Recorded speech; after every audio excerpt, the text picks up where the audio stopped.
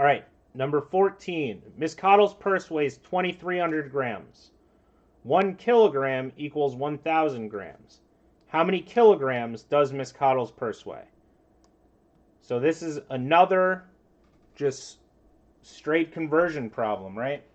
So let's just write 1 kilogram equals 1,000 grams.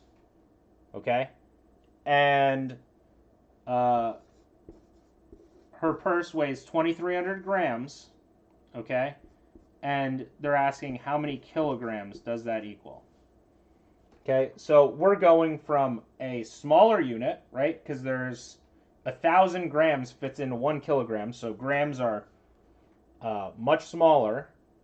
And then we're going to a bigger unit. So smaller to bigger is divide, and we're dividing by 1,000. So 2,300 divided by 1,000. All we're doing is we have the decimal place here, right? Because the decimal place of a whole number is it's an invisible decimal place. You don't usually write it, and it's just after the ones column. And when we're dividing, we're just moving the decimal place, the amount of zeros here, which is 3. So we're just moving the decimal place 3 places. 1, 2, 3.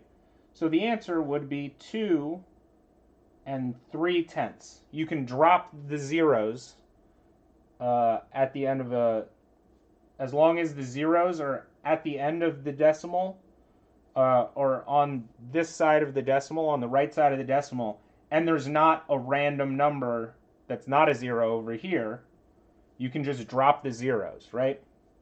Now, if it was 2.3005, clearly you can't drop the 0 because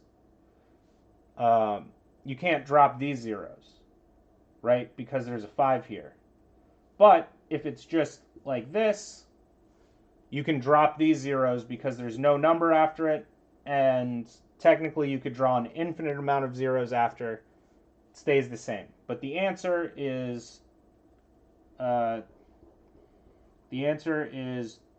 and 3/10, or 2.3 kilograms.